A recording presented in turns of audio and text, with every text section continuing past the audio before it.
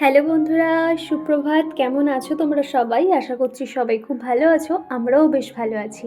আরও একটা নতুন দিন, নতুন সকাল তোমাদেরকে সাথে নিয়ে শুরু করছি। আজকে ভিডিওটা একটু পরেই শুরু করেছি, একদম আর্লি মর্নিং থেকে শুরু করিনি। এরই মধ্যে স্নান টান সেরে নিয়েছি। সবসময় তো আর্লি মর্নিং থেকে ভিডিও শেয়ার করে থাকি, তবে আজকে মনে হলো যে না, সকালের কিছু বাসি কাজকর্ম আগে সেরে নিই, তারপর স্নান টান সেরে তখন না ক্যামেরা অন করব। এখন এই যে স্নান টান হয়ে গেছে, তারপর আর কি এখানে ওশিয়া হার্বালের যে আর কি সানস্ক্রিনটা হয় সেটা অ্যাপ্লাই করে নিয়েছি, আর ঠোঁটে একটু ভেজলিন দিয়ে দিচ্ছি। আর তোমরা অনেকেই জিজ্ঞাসা করো যে দীপা তুমি কোন প্রোডাক্ট ইউজ করো, সেই জন্য আর কি ডিটেলস বলে দাও। তো দেখো, এরপর আমি চুলটাও ক্লিপ দিয়ে আটকে নিয়েছি, আর এখন দেখো দরজা জানালাগুলো খুলে দিচ্ছি। আগের দিনের ভিডিওতে প্রিয়াঙ্কা দিদিভাই বলেছো, দীপা তোমার দুদিকে চুল বেঁধে খুব কিউট লাগছে, তোমার এক হাতের শাখা মোটা আর এক হাতের সরু কেন গো? জানিও, তুমি step by step skin care রুটিনটা দিও। তুমি এবারে চৈত্র সেলে কিছু নাওনি। প্রথমে জানাই তোমাকে অসংখ্য ধন্যবাদ, প্রতিদিন যে এত সুন্দর সুন্দর কমেন্ট করো আমার খুব ভালো লাগে। আর রইলো তোমার শাখার কথা, আমার ওই মোটা শাখাটা ভীষণ প্রিয় জানো তো। একটা ওই কাজ করতে করতে বেড়ে গেছিলো, যার জন্য ওটা আর খোলা হয়নি, আর সেই জন্য এক হাতে সরু আর কি বলতে পারো। তবে আরও একজোড়া শাখা রয়েছে, তবে এই মোটা শাখাটা না হাতের সঙ্গে এমনভাবে চিপে গেছে, খুলতে গেলে ভীষণ লাগবে, সেই ভয় ওইভাবেই রয়েছে আর কি বলতে পারো। আর চৈত্র সেলে কিছু নেওয়ার ইচ্ছে ছিল, তবে এখন এই মুহূর্তে কিছু নিতে পারবো কি না জানি না, যেহেতু একটু চাপের মধ্যে আছি, তো সেই জন্য কোনো রকম আর এক্সট্রা খরচ করতে চাইছি না, বুঝতে পারলে। আর চিকুর জন্য তো কিছু একটা নিতেই হবে, ওর বাড়িতে পরার জন্য হাফ প্যান্ট, স্যান্ডো গেঞ্জি, এগুলো হয়তো নিলেও নিতে পারি, দেখা যাক।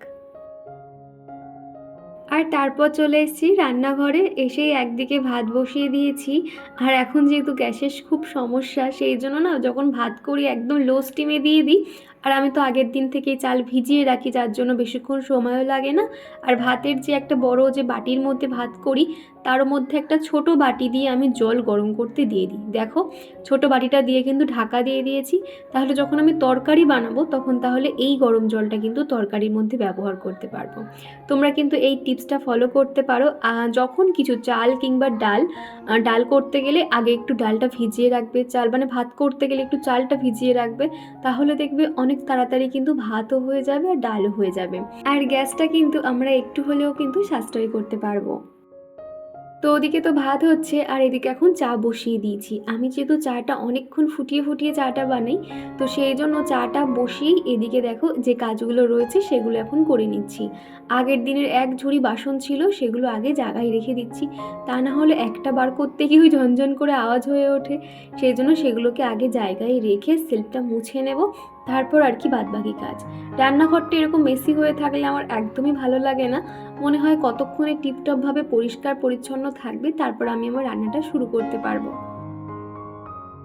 তোমরা যারা শুক্রবারের ভিডিওটা দেখেছিলে, তোমরা দেখেছো যে আমি সকালে রান্নার জন্য পোলাও রান্না করব, তার সঙ্গে ডিম কষা বানাবো বলে সমস্তটাই কিন্তু রেডি করে রেখেছিলাম। আর আজকের দিনটা ছিল শনিবার, তো সেই জন্যই আর কি আমি পোলাও আর ডিম কষা বানাবো।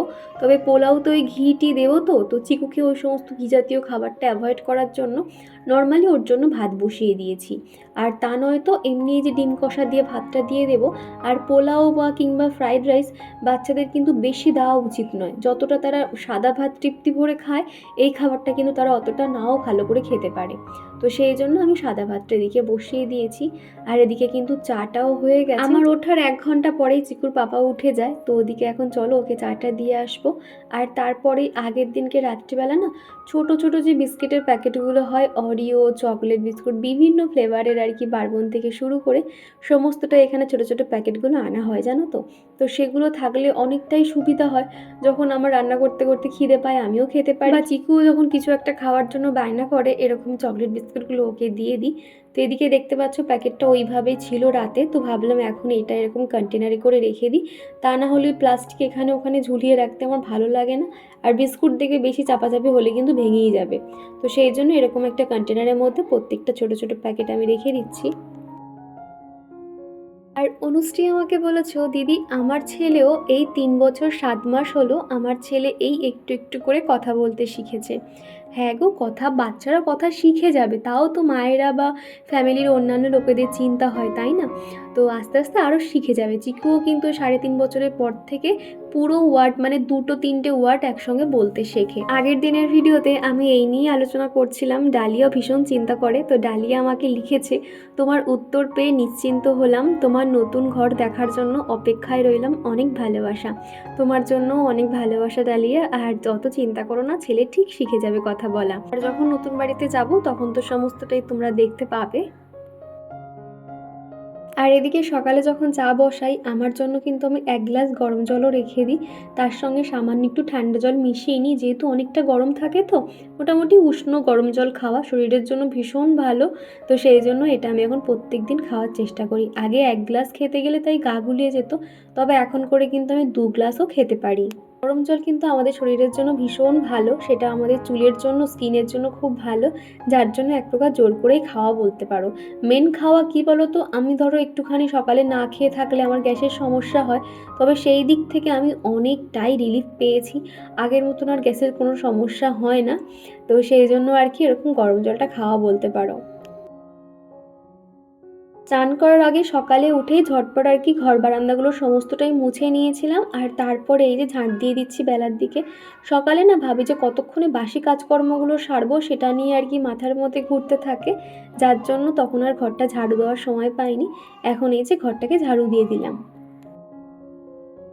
আর সুরভি ব্লগ আইডি থেকে এক বন্ধু কমেন্ট করেছো, এটা কিসের ফেসিয়াল কিট আর তুমি কি ক্রিম ইউজ করো বলবে? জানো তো আমার মুখটা দিন দিন আরও কালো হয়ে যাচ্ছে, কি ইউজ করলে ভালো হয় বুঝতে পারছি না। আজকের ভিডিও ট্যাগ অপশানে আমি ফেসিয়াল কিটটা দিয়ে দেবো, এছাড়া আমি কমিউনিটি পোস্টেও দিয়ে দেবো, তাহলে দেখে নিতে পারবে। আর এদিকে দেখতে পাচ্ছ, আগের দিনকে দেখেছিলে আমি গোবিন্দভোগের চাল খুব ভালো করে ধুয়ে শুকানোর জন্য প্লেটে ছড়িয়ে রেখেছিলাম। তারপরে কিন্তু সামান্য নুন, লঙ্কা গুঁড়ো, হলুদ আর একটু ঘি নিয়েছি, খুব ভালো করে কিন্তু মাখিয়ে নিই। আমি এইভাবেই পোলাও বানাই।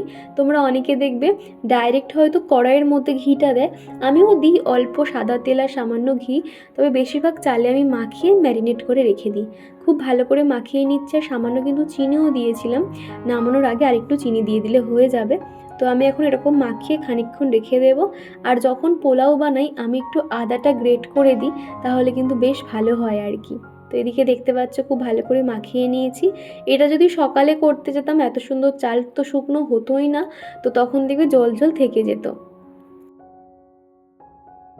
এরপরেই আমি এগ বয়লারে ঝটপট ডিম আর আলুটাকে সিদ্ধ করে নেব। আর আমার যেহেতু এগ বয়লার আছে, যার জন্য কিন্তু গ্যাসে আমাকে আর ডিম সিদ্ধ করতে হয় না, খুব তাড়াতাড়ি হয়ে যায়। একটা প্রোডাক্ট দিয়ে তোমরা কিন্তু অনেক কিছু বানাতে পারবে, আর আমি একটু একটু করে কিন্তু প্রত্যেকটা ভিডিওতেই দেখিয়েছি।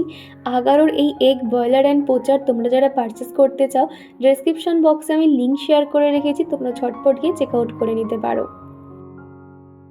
বেশিক্ষণ তো লাগেই না, গ্যাসের থেকেও তাড়াতাড়ি সিদ্ধ হয়ে যায়, আর একদম কিন্তু শক্ত থাকে না, প্রত্যেকটা ভালো করে সেদ্ধ হয়ে গেছে। আর তারপরে দেখো আজকে কিন্তু বাইরে একদম ঝোড়ো হাওয়া, সাথে মেঘলা মেঘলা ওয়েদার, খুব বেশি রোদ ছিল না। আর তারপর কিন্তু অফ ক্যামেরাতে সমস্ত রান্নাবান্না আমি সেরে নিয়েছিলাম। এখন এই যে রান্নাঘরটা মুছে নিচ্ছি, আর এদিকে একটু ডাল সিদ্ধ বসিয়ে দিয়েছি।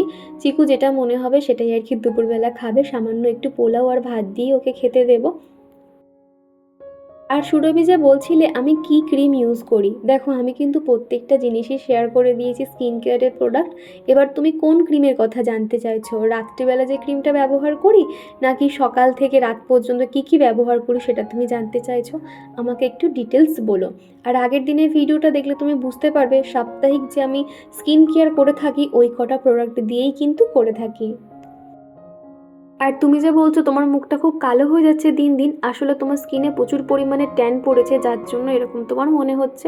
একটু প্রপারভাবে স্কিন কেয়ার করো, আর একটু বেশি করে জল খাও, তাহলে দেখবে স্কিনটা আস্তে আস্তে ঠিক হয়ে যেতে পারে। আর তারপরেই কিন্তু দুবেলার মতো আমি রান্নাবান্না সমস্তটাই সেরে নিয়েছি। চিকুর পাপাও বেরিয়ে গেল, আর টিফিনে ওকে পোলাওটাও দিয়েছিলাম। আর আজকে ডিম কষাটার পোলাওটা খেতে কিন্তু দারুণ হয়েছিল। তো যাই হোক, আমি প্রত্যেক দিন রান্না শেষে ক্যামেরা অন করে হোক কিংবা অফ ক্যামেরাতে আমি এই কাজটা করে থাকি, যেটা তোমাদেরকে হয়তো সবসময় শেয়ার করা হয়ে ওঠে না। এই যেহেতু আমার রান্নাঘরের পাশে এরকম সেলফের উপরে প্রত্যেকটা কন্টেনার গুছিয়ে রাখি, সেই জন্য প্রত্যেক দিন না একটু ভেজা কাপড়ে না মুছে নিলে কি হয়, একটা ধুলো ধুলো ভাব এবং তেল চিটচিটে থেকে যায়, যার জন্য না একটুখানি পরিষ্কার করে নিতে হয়। এমনি তো একদম সেলফের পাশেই, তো সেই জন্য আর কি প্রত্যেকটা জায়গা মুছে নিচ্ছি। আর বড় যে কন্টেনারগুলো আছে সেগুলো আর একটা একটা করে তুললাম না, তাহলে অনেকটাই দেরি হয়ে যাবে। সেগুলো উপরে ঢাকনাগুলো একটু ঘষে ঘষে পরিষ্কার করে নিয়েছি। তো চলো, মোটামুটি রান্নাঘরে কাজ শেষ। এরপরে কিন্তু সেলফ কাউন্টার মোছা, রান্নাঘর পরিষ্কার করা সমস্তটাই কিন্তু আমি সেরে নিয়েছিলাম। এখন চলে এসেছে আমার বেডরুমে, বিছানাটাকে পরিষ্কার করে নেব। সকালে কিন্তু আমি একচোট পরিষ্কার করে নিয়েছিলাম, তোমরা দেখেই বুঝতে পারছো একটা বালিশ ওখানে রয়েছে। তার মধ্যে চিকু কখন এসে আবারও এই জায়গাটা আর কি একটু অগোছালো করে দিয়েছে, সেই জন্য আমি ঠিকঠাক করে রেখে দিচ্ছি। বাড়িতে বাচ্চা থাকলে কিন্তু এরকম গোছানো জিনিস তারা 1 সেকেন্ডের মধ্যে অগোছালো করে দেবে, তবে আমাদের মায়েদের একটু ধৈর্য ধরে সেই একই কাজ করতে হবে। কি আর করা যাবে, এখন তো ছোট আছে, ওরা এখনই তো দুষ্টুমি বদমাইশি করবে। এরপরে যখন বড় হয়ে যাবে তখন দেখবে এইগুলো আর কিচ্ছুটি হাত দেবে না, যেটা যেখানে তুমি রাখবে সেটা সেখানেই থেকে যাবে। জেকে লাইভ স্টোরি আইডি থেকে বলেছো তোমার ফেশিয়াল কিটটার লিঙ্ক দাও। হ্যাঁ, নিশ্চয়ই দেবো, আজকে কমিউনিটি পোস্টে দিয়ে দেবো, একটু চেক করে নেবে। দোলনা ভর্তি জামা কাপড়গুলো রয়েছে, আগের দিন রাত্রিবেলা জামা কাপড় আর গোছানোর সময় পাইনি, তো সেগুলো এখন পাটে পাটে ভাঁজ করে এখন জায়গায় রেখে দিচ্ছি। অনুশ্রী আমাকে বলেছো, দিদি তোমার ভিডিও আমি রোজ দেখি আর তোমার থেকে আমি অনেক কাজ শিখেছি, খুব ভালো লাগে তোমাকে। আমিও রেন্টে থাকি, গুজরাট থাকি কাজের সূত্রে। আচ্ছা দিদি, তুমি অত রাতে শুয়ে কিভাবে সকালে ওঠো, কাজ করো, আর তুমি তো দুপুরেও রেস্ট নাও না, তোমার কষ্ট হয় না?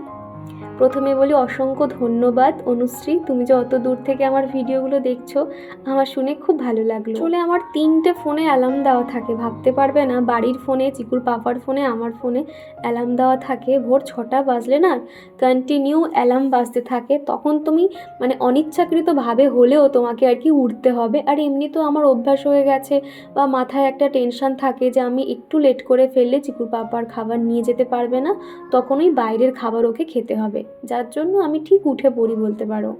বলছো না যে দুপুরে আমি রেস্ট পাই না, আমার কষ্ট হয় না? ভীষণ কষ্ট হয় গো, মাঝে মধ্যে মনে হয় যে আর ভালো লাগছে না, এক ছুটে মায়ের কাছে পালিয়ে যাই, এরকম মনে হয়। তবে কি আর করা যাবে, সংসারে যখন এসেছি সংসার তো কাজ করতেই হবে। কি জানো তো, আমি না সংসারে কাজ করতে খুব ভালোবাসি, এটা কিন্তু আমার কাছে কোনো রকম মানে কষ্টকর, অস্বস্তিকর এরকম মনে হয় না। মাঝে মধ্যে হাঁপিয়ে যাই, বা মাঝে মধ্যে যে আমি সবসময় যে কাজ করতে থাকি এরকমটা নয়। যখন মনে হয় যে কাজ করতে ভালো লাগছে না, তখন কিন্তু আমি কাজ করি না। আর এই যে দেয়াল শোকেসটা দেখতে পাচ্ছ, এটা অনেকটা হেল্পফুল হলেও এটার জন্য আমার বিশাল বড় একটা ক্ষতি হয়ে গেছে। চিকুর যে ছোটোবেলার সমস্ত ডকুমেন্টস একটা ফাইলে ছিল, ফাইল নষ্ট হয়ে গেছে। চিকুর একটা ছোটোবেলার ফটো, যেটা চিকু প্রথমে বসতে শেখে, সেই ফটোটাও নষ্ট হয়ে গেছে। আমাদের বিয়েতে যে একটা সুন্দর বেডশিট মানে বাপের বাড়ি থেকে দেয় আর কি বিছানা সেটের সঙ্গে, সেই বেডশিটটা পর্যন্ত ছিঁড়ে গেছে ভাজে ভাজে। ভাবতে পারছো কতটা খারাপ লাগে। আর সব থেকে বড় কথা, আমাদের একটা ডিএসএলআর ক্যামেরা এখানে রেখেছিলাম ব্যাগের মধ্যে, সেই ড্যামের জন্য না ক্যামেরাটা আজকে খারাপ হতে বসেছে। এত কষ্ট লাগছিল, মানে আমরা যদি আগে থেকে জানতে পারতাম যে এখানে কোনো রকম ড্যামেজ পড়ে বা কিছু, তাহলে অন্তত ক্যামেরাটা এখান থেকে রাখতাম না, সরিয়ে ফেলতাম, এই রকম আর কি বলতে পারো। তো যাই হোক, টুকটাক করে অনেক কাজকর্ম সেরে নিয়েছি, বেশিরভাগ অফ ক্যামেরাতে করে নিয়েছি। আর এখন এই যে চিকুর জন্য খাবার বেড়েছি, এই যে পোলাও, মোটামুটি একবেলার মতনই আর কি পোলাওটা করেছিলাম। আর এইদিকে ডিমের কারি, আলুগুলো তো গোটা গোটা রেখেছিলাম, খেতে বেশ ভালো লাগছিল।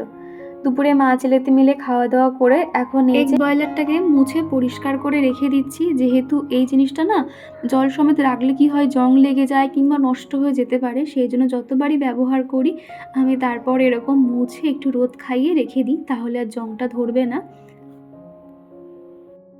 আর শবনম পারভিন বলেছো তুমি এখন রোজ ভিডিও দাও, রোজার জন্য 1 মাস ভিডিও দেখতে পাইনি। তো ঠিক আছে শবনম, আমি এখন চেষ্টা করব প্রতিদিন ভিডিও দেওয়ার।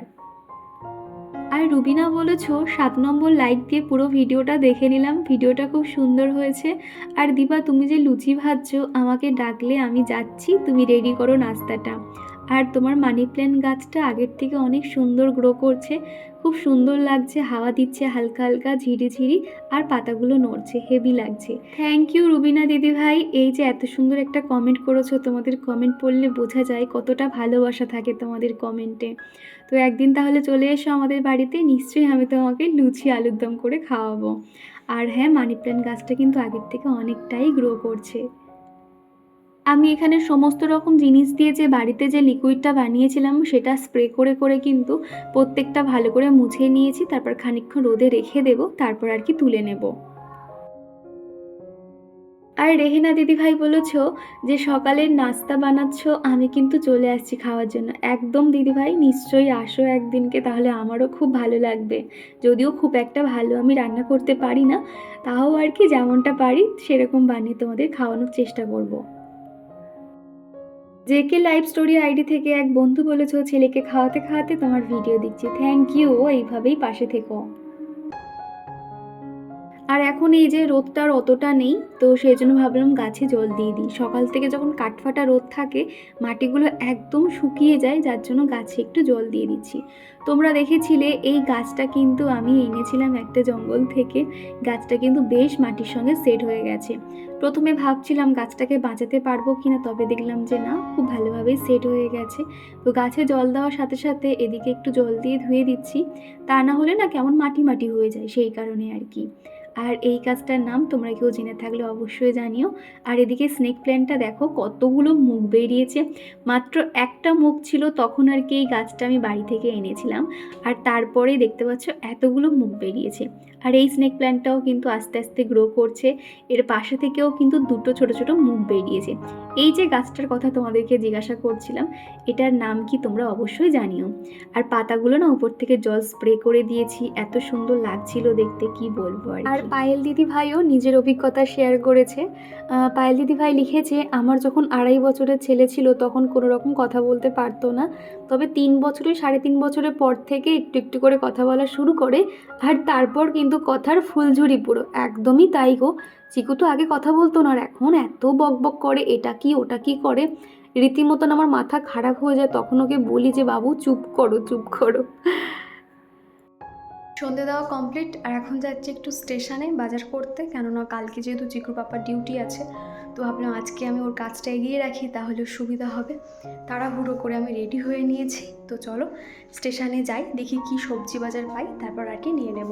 একটু সময় পেয়েছি, তো ভাবলাম ঝটপট যাবো আর আসবো, তাহলে সুবিধা হবে। ওই বাচ্চাকে নিয়ে না হেঁটে হেঁটে যেতে অনেকটাই কষ্ট হয়ে যায়, যার জন্য ওকে রেখেছি, রেখে আমি এবার বেরিয়ে যাব। তো চলো যাওয়া যাক।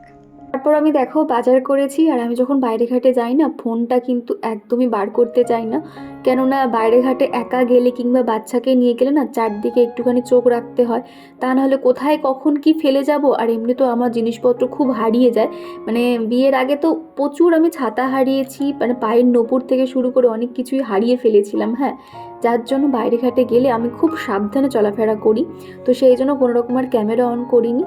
এদিকে দেখতে পাচ্ছ সবজি কিনেছি, ইঁচড় থেকে শুরু করে সমস্ত কিছু অল্প অল্প করে নিয়েছি। মোটামুটি 170 টাকার মতন বিল হয়েছিল। এদিকে উচ্ছে চিচিঙ্গে দেখতে পাচ্ছ তোমরা কি কি নিয়েছি না নিয়েছি। আমি কিন্তু খুব যে ভালো বাজার করি কিংবা দাম দর করি এটা কিন্তু একদমই নয়, তাও ওই যে সমস্ত কিছু যেটা আর কি নেওয়ার সেটা আমি একটা ঝুড়ি করে নিয়ে ওনাকে মাপতে বলছিলাম, উনি মেপে মেপে হিসাব করেছে আর কি। আমি কিন্তু খুব একটা দক্ষ নয়, তাও আর কি এই যে নিজে হাতে সবজি বাজার করলে বেশ ভালো লাগে, কখন কোনটা প্রয়োজন না প্রয়োজন সেই মাফিক আর কি নিতে পারি। আর বাইরে থেকে যখনই সবজি আনা হয় আমি কিন্তু আগে ধুয়ে রাখতাম, তবে এখন না অতটা এনার্জি নেই আর ইচ্ছেও করছে না, কেননা এরপরে ওকে আবার পড়তে বসাবো রাতে, সেই কারণে আর কি। তো এদিকে এই বক্সের মধ্যে আমি আর কি ঢ্যাঁড়সগুলোকে রেখে দিয়েছি, আর বাদবাকিগুলো এরকম আর কি বক্সের মধ্যে রাখলে কি হয়, জিনিসপত্র পেতেও সুবিধা হয়, ওই একটা একটা করে আনতে হয় না, শুধুমাত্র বক্সটা বার করে নিয়ে আসলেই হয়ে যায়। যেগুলো লম্বা সবজি রয়েছে যেমন ধরো ঝিঙে, তারপরে এই যে চিচিঙ্গে, এগুলো আর ওইভাবেই ট্রেতে রেখে দেবো, আর যেগুলো ছোট ছোট মতন সেগুলো আমি ছোটো ছোটো বক্সের মধ্যে রেখে দিচ্ছি। ইঁচড়টা আনলাম, পরশুদিন ওকে বলবো যে একটুখানি চিংড়ি মাছ দিয়ে যাও, তাহলে আর কি ইঁচড় চিংড়ি করতে পারবো। মোটামুটি এই সিজনে এখনও পর্যন্ত ইঁচড় খাওয়া হয়নি, এবার আর কি খাওয়া হবে। আসলে না আমি ইঁচড় কাটতে পারি না, সবথেকে বড় সমস্যা হলো এটাই। তবে ওই যে যখন দেখলাম যে না অন্তত নিয়ে যাই, আর এরপরে তো কাটাটা আমাকে শিখতেই হবে না, কিভাবে এটা কাটে না কাটে। ওই ফোন দেখে নিলে এখন সমস্ত কিছুই ফোনে তো দেখা যায়, তো ওখান থেকে দেখে নেব কিভাবে কাটে। এর আগে যখন ইঁচড় আনা হতো চিকুর পাপা কিন্তু কেটে দিত, তবে এখন ভাবলাম যে না আমাকেও শিখতে হবে, সেই জন্য ছোট্ট দেখে একটা ইঁচড় এনেছিলাম। মোটামুটি ওই 36 টাকা না 37 টাকা মতো দাম নিয়েছিল। আর এদিকে টমেটোগুলো ফ্রিজে রাখবো না, এই গরমের সময় কিন্তু টমেটো দেখবে খুব পচে যায়, মানে নষ্ট হয়ে যায়, আর ভিতরে কিন্তু পোকা হয়, যার জন্য এখন করে আর ফ্রিজে রাখি না, ঝুড়ির মধ্যে করে বাইরে রেখে দিই, তাহলে কিন্তু অনেক দিন পর্যন্ত ভালো থাকে।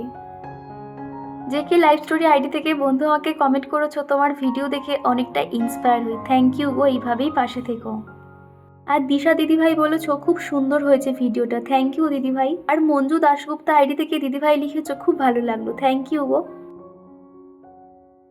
মোটামুটি সবজি যে এনেছি আমার 4-5 দিন খুব ভালোভাবে হয়ে যাবে। আর সবজি কিভাবে আমি আমার সবজি ট্রের মধ্যে গুছিয়ে রাখি যাতে অনেক দিন পর্যন্ত ভালো থাকে, আর এইভাবে রাখলে কিন্তু সবজি কখনো নষ্ট হবে না। সবজি ট্রের মধ্যে এরকম একটা সুতির কাপড় পেতে নেবে, তাহলে সবজির গায়ে যখন জল থাকবে না তাহলে কিন্তু জলটাকে টেনে নেবে এবং সবজিটাও শুকনো থাকবে, সেই জন্য এরকম সুতির কাপড় পেতে রাখা। এটা কিন্তু আমি অনেক বছর ধরে এটা আমি করে আসছি, তোমরা যারা রেগুলার আমার ভিডিও দেখো তোমরা তো জানবেই। তো যাই হোক, চলো তোমরা দেখতে থাকো কিভাবে গোছাই, আর এরই সঙ্গে আমার প্রিয় দিদিভাই ও বোনেদের নামগুলো বলা যাক।